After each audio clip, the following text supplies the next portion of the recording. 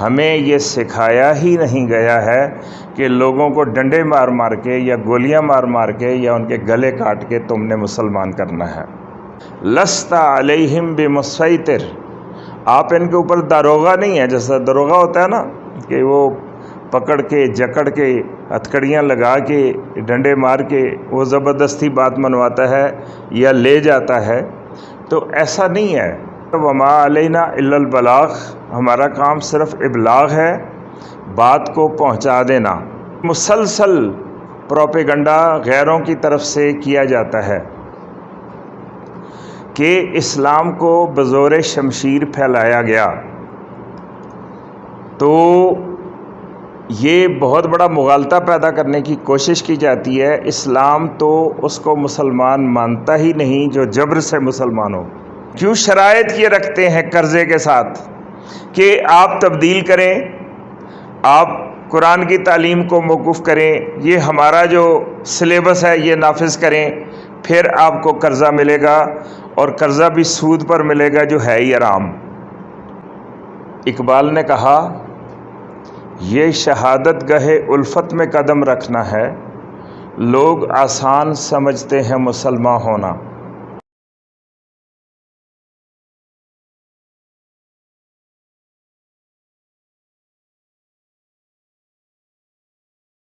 اعوذ باللہ من الشیطان الرجیم، بسم اللہ الرحمن الرحیم۔ لا اکراہ فی الدین قد تبین الرشد من الغی، فمن یکفر بالطاغوت ویؤمن باللہ فقد استمسک بالعروۃ الوثقی لا انفصام لها، واللہ سمیع علیم، صدق اللہ العظیم۔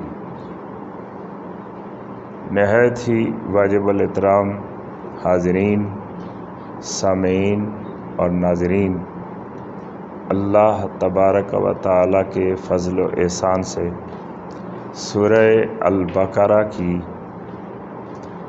256 نمبر آیت آپ کے سامنے تلاوت کرنے کا شرف حاصل ہوا۔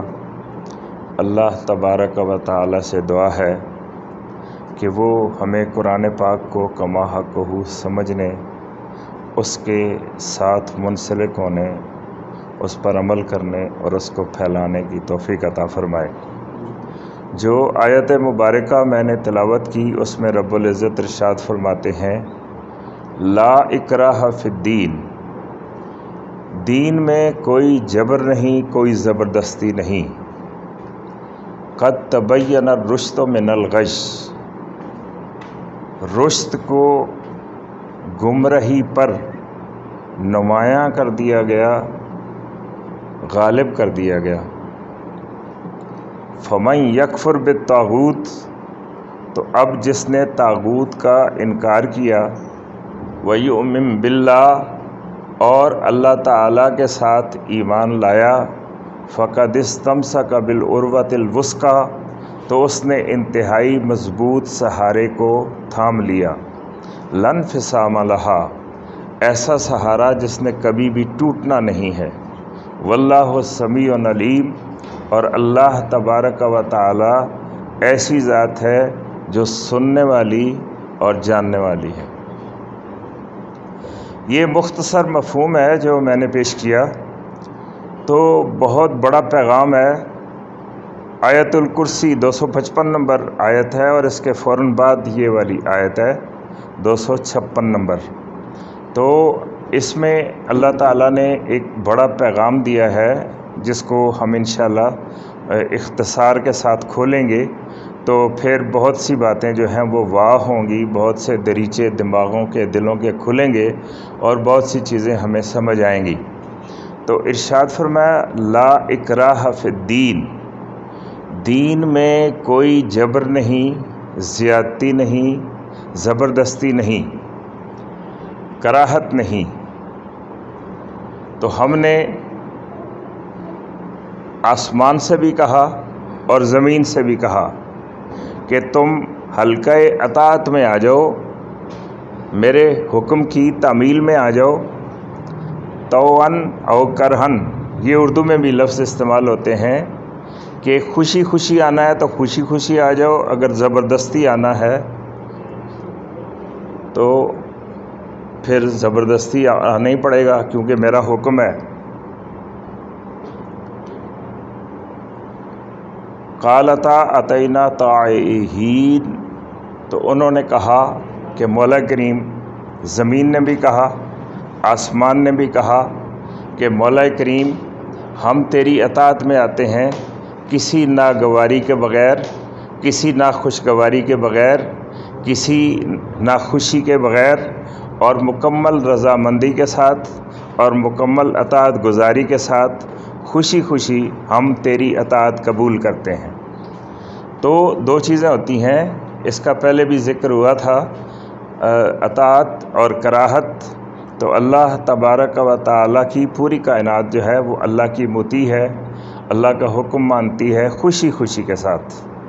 تو اللہ تبارک و تعالیٰ نے یہ جو دین بنایا، اس کے بارے میں یہ فارمولہ ہمیں دیا، لا اکراہ فی الدین، اس دین میں کوئی زبردستی نہیں ہے۔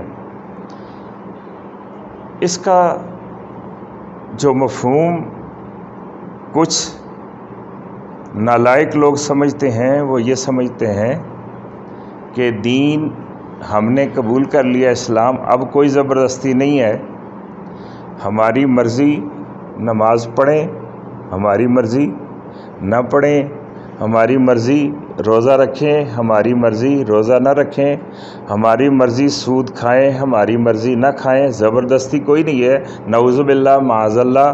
یہ والا مفہوم کچھ لوگ لیتے ہیں، جو قطعاً ایسا نہیں مفہوم ہے، قرآن پاک کی آیت سے یہ مفہوم نہیں ہے، نہیں نکلتا ہے۔ اس کی مثال بالکل یوں سمجھیے کہ کسی بھی ڈپارٹمنٹ میں، فرض کیا کہ ہم مثال کے طور پہ فوج کو لیتے ہیں، کہ فوج میں آنے کی کوئی زبردستی نہیں ہے، اگرچہ وہ مسلح افواج ہیں، لیکن وہ اسلحہ لے کے ہمارے آگے پیچھے آ کے زبردستی ہمیں نہیں کہیں گے کہ آؤ فوج میں داخل ہو جاؤ۔ اسی طرح اسلام میں، دین میں کوئی زبردستی نہیں ہے۔ اس کا مقصد یہ ہے کہ گزشتہ ادوار میں بھی اور حالیہ ادوار میں بھی اور موجودہ دور میں بھی اور آئندہ ادوار میں بھی ہمیں یہ سکھایا ہی نہیں گیا ہے کہ لوگوں کو ڈنڈے مار مار کے یا گولیاں مار مار کے یا ان کے گلے کاٹ کے تم نے مسلمان کرنا ہے، جبر کے ساتھ مسلمان نہیں۔ لیکن جیسا کہ میں نے مثال دی کہ جب تک فوج میں نہیں گیا تو میری مرضی ہے، لیکن جب میں فوج میں چلا گیا تو اب میں کہوں کہ میری مرضی ہے، جو میرا جی چاہے گا میں کروں گا، تو فوج کا ڈسپلن اس چیز کو کبھی بھی قبول نہیں کرتا ہے۔ جس دن میں نے دستخط کیے لیٹر آف اپائنٹمنٹ پر، میں نے یہ تسلیم کر لیا کہ جو ان کا ڈسپلن ہے، جو ایس او پیز ہیں، جو ان کے فرمودات ہیں، جو ان کے بائی لاز ہیں، وہ سارے کے سارے میں نے قبول کر لیے۔ اب میں نے اس کے صلے سے میں نے کچھ مراعات قبول کر لیں اور اپنی وہ آزادی جو پہلے مجھے تھی فوج میں شامل ہونے سے پہلے، وہ والی میں نے فروخت کر دی۔ اسی طرح اقبال نے کہا، یہ شہادت گاہ الفت میں قدم رکھنا ہے، لوگ آسان سمجھتے ہیں مسلمان ہونا، کہ یہ چھوٹی سی بات نہیں ہے کہ ہم مسلمان ہو گئے۔ ان اللہ اشتری من المؤمنین انفسہم واموالہم بان لہم الجنہ، جب بندہ مسلمان ہوتا ہے تو یہ ایک سودا ہوتا ہے، اور اس میں مومن جو ہے کہ وہ بیچ دیتا ہے کہ میں نے بیچ دی اپنی جان بھی اور اپنا مال بھی۔ اللہ تعالیٰ فرماتے ہیں ہم نے خرید لیے مومنوں سے ان کی جانیں اور ان کے مال، بِأَنَّ لَهُمُ الْجَنَّةَ، اور اس کے بدلے میں ان کو کیا دیں گے؟ جنت۔ تو اب اس کے بعد بھی ہم سمجھیں کہ ہم اپنے ہیں، میری پرسنل لائف، میری مرضی، میری خلوت، میری جلوت، میری آرزوئیں، میری خواہشات، میری تمنائیں، میرا کیریئر، میری پرسنل لائف، میرا بینک بیلنس، میرا یہ سارا کچھ جو ہم بیچ چکے ہیں یہ ہمارا نہیں رہا ہے۔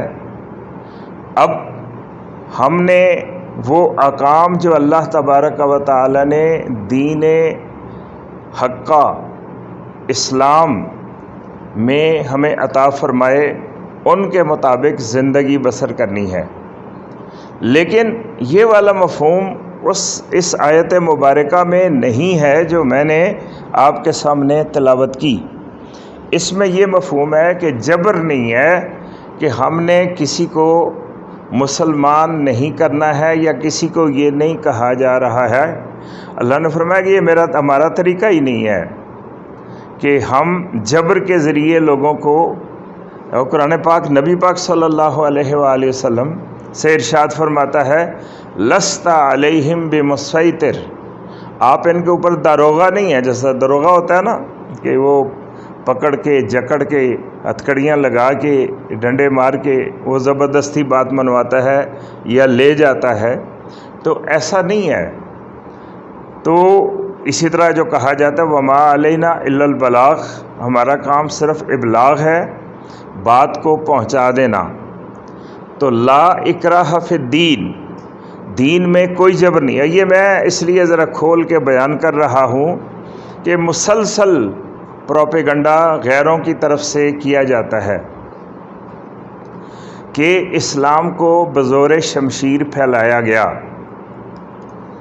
تو یہ بہت بڑا مغالطہ پیدا کرنے کی کوشش کی جاتی ہے۔ اسلام تو اس کو مسلمان مانتا ہی نہیں جو جبر سے مسلمان ہو۔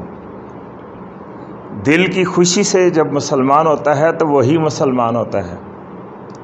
جب اس کا دل بھی کہتا ہے میں مسلمان ہوں، دماغ بھی کہتا ہے، اور پھر اس کے انگ انگ سے اسلام ٹپکتا ہے تو وہ مسلمان ہوتا ہے۔ تو اسلام سروں کو نہیں جھکاتا ہے، وہ دلوں کو جھکاتا ہے۔ تو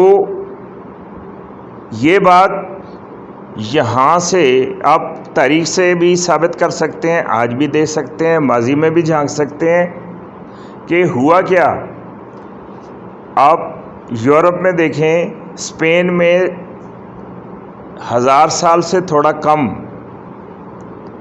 مسلمانوں کی حکومت رہی، تو وہاں کتنے لوگوں کو جبراً مسلمان کیا گیا۔ تو کئی سو سال ہندوستان میں مسلمانوں کی حکومت رہی، وہاں کس کو جبر سے مسلمان کیا گیا۔ لیکن یہ حقیقت ہے کہ لوگ مسلمان ہوئے، تو وہ کیسے پھر مسلمان ہوئے؟ وہ جبراً مسلمان نہیں ہوئے، کسی کو زبردستی مسلمان نہیں کیا گیا، بلکہ اسلام کے اندر وہ پوٹینشل ہے، اسلام کے اندر وہ آسانیاں ہیں، اسلام وہ دین فطرت ہے، اسلام کے اندر طہارت ہے، اسلام کے اندر پاکیزگی ہے، اسلام کے اندر مساوات ہے، اسلام کے اندر عدل ہے، اور اتنی ڈھیر ساری خوبیاں ہیں کہ جب ان کا مشاہدہ کیا غیروں نے، غیر مسلموں نے، تو خود بخود انہوں نے تجزیہ کیا کہ یہ دین ہے جو ہمیں قبول کر لینا چاہیے۔ مثلاً ہمارے ہندوستان میں دیکھیں کہ ایک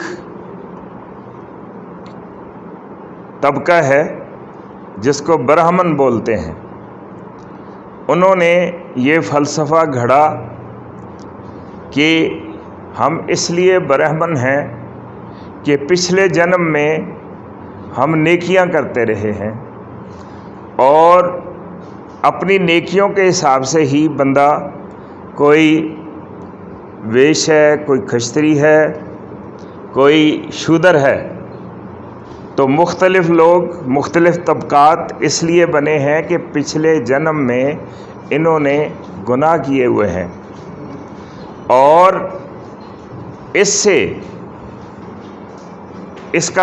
کی تلافی، اس کا مداوع کرنے کا بس ایک ہی طریقہ ہے کہ اب تمہیں جو زندگی ملی ہے، اس زندگی میں تم برہمنوں کی بے لوث خدمت کرو، اور اس کا نتیجہ یہ نکلے گا کہ اگلے جنم میں تم بھی برہمن بن کے پیدا ہوگے۔ تو یہ فلسفہ اللہ نے نازل نہیں کیا تھا۔ اب چونکہ انہوں نے اس طرح سے لوگوں کو بے وقوف بنانے کے بعد ان کو اپنے مقاصد کے لیے استعمال کیا، حتیٰ کہ اجازت نہیں تھی ایک شودر کو کہ وہ، ان کی عبادت تھی کیا، بھجن گاتے تھے وہ۔ اگر رستے میں سے گزرتا ہوا ایک شودر بھجن اس کے کان میں پڑ گیا تو اس کی سزا یہ تھی کہ سیسا، آپ کو پتہ ہے ایک دھات ہوتا ہے، جو دھات ہوتی ہے جو تھوڑے سے درجہ حرارت بڑھانے سے ہی پگھل جاتی ہے، پانی بن جاتی ہے، اس کو پگھلا کے کان میں ڈال دیا جاتا تھا اور پھر وہ جم جاتی تھی۔ اب اس کا کیا حال ہوتا ہوگا، اس کے دماغ کا کیا حال ہوتا ہوگا، اور اس کی شخصیت کا کیا۔ لیکن وہ چوں چرا نہیں کرتے تھے کہ چلو اس بہانے ہم اگلے جنم میں برہمن کے گھر میں پیدا ہو جائیں گے۔ اسی طرح اگر خاوند فوت ہو جاتا تھا تو بیوی کو ساتھ زندہ جلا دیا جاتا تھا، اس کو ستی کرنا ہے، رسم ستی۔ اسی طرح سے اور انگنت، اب کو ایک برتن میں دو مختلف طبقات پانی نہیں پی سکتے تھے۔ تو جب بزرگان دین یہاں تشریف لائے، انہوں نے دیکھا کہ اتنے معزز اور پاکیزہ لوگ ہمیں اپنے پاس بٹھاتے بھی ہیں، ہمیں گلے بھی لگاتے ہیں، اور ہمیں برابر کے حقوق بھی دیتے ہیں۔ تو ان کو سمجھ آئی کہ یہ دنیا میں اور رنگ بھی پائے جاتے ہیں۔ تو جب خوبصورت اسلام کے رنگ انہوں نے دیکھے تو انہوں نے اسلام قبول کیا، اور جو سب سے زیادہ پڑھا لکھا طبقہ تھا وہ برہمنوں کا تھا۔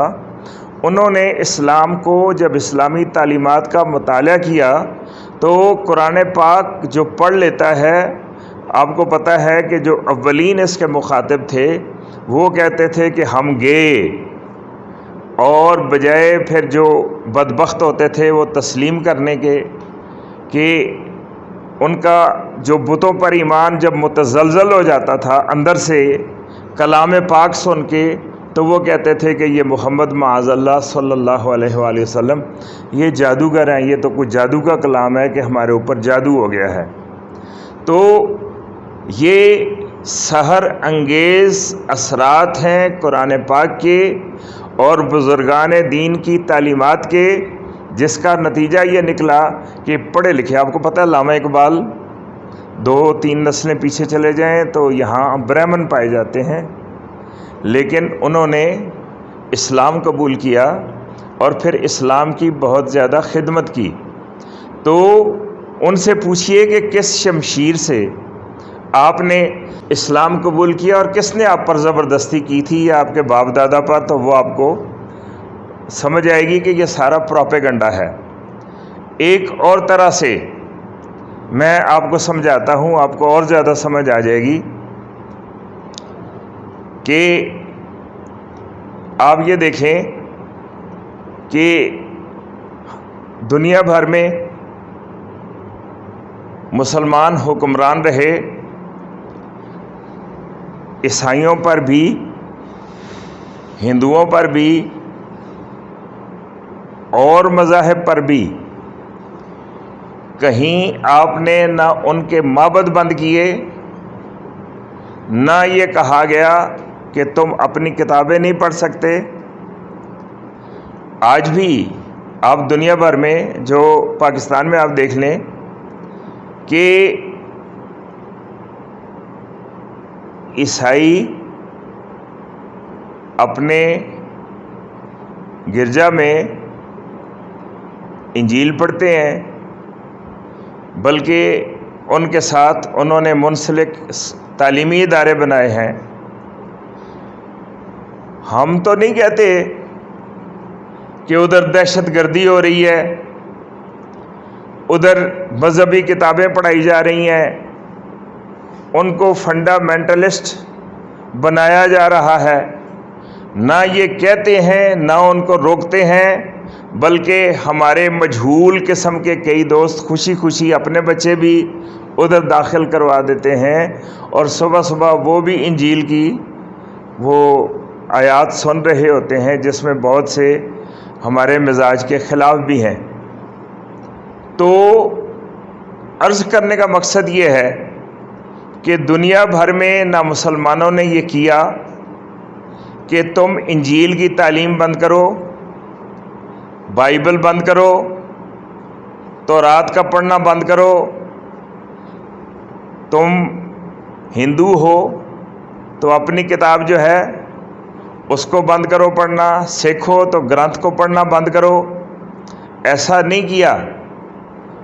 لیکن یہ ہمارے ساتھ البتہ ہو رہا ہے کہ جس کو ذرا سی بھی طاقت ملتی ہے وہ کہتا ہے بھائی قرآن پر پابندی لگاؤ، قرآن پر پابندی لگا دو، قرآن پڑھنا بند کرو، اور اس کے لیے وہ پیسہ بھی استعمال کرتے ہیں، اس کے لیے وہ طاقت بھی استعمال کرتے ہیں، اس میں وہ معاشرے میں جو ضمیر فروش ہوتے ہیں ان کو خریدتے بھی ہیں، اور بم دھماکے بھی کرواتے ہیں، ٹیمپٹیشن بھی دیتے ہیں کہ ہمارے اندر سے ہی کچھ ایسے لوگ تیار کرتے ہیں کہ جو بھرپور طریقے سے یہ کوشش کریں کہ قرآن پاک پڑھا نہ جائے اور پڑھایا نہ جائے۔ تو جب انجیل جو کہ مسخ شدہ ہے، ہم پر کوئی بار نہیں ہے، ہم اس کو روکنے کے لیے کوئی کوشش نہیں کرتے ہیں کہ کرتے ہیں۔ اسی طرح ہندو اپنے مدارس میں جو مرضی پڑھائیں، ہم نے کبھی ان کو زبردستی سلیبس دینے کی کوشش کی ہے؟ کھل کے بولیں، نہیں کی۔ اور کیا کبھی ہم نے کوشش کی ہے کہ ہمارے جو ملک کے اندر یا ملک کے باہر یا ہمارے جو زیر اثر لوگ ہیں، ہم ان کو نصاب تعلیم اپنا دے دیں اور ان کا چھین لیں جو وہ پڑھنا چاہتے ہیں؟ کبھی ایسا ہوا؟ نہیں ہوا ہے۔ تو وہ کیوں کرنا چاہتے ہیں؟ وہ کیوں مداخلت کرتے ہیں؟ کیوں شرائط یہ رکھتے ہیں قرضے کے ساتھ کہ آپ تبدیل کریں، آپ قرآن کی تعلیم کو موقوف کریں، یہ ہمارا جو سلیبس ہے یہ نافذ کریں، پھر آپ کو قرضہ ملے گا، اور قرضہ بھی سود پر ملے گا جو ہے ہی حرام۔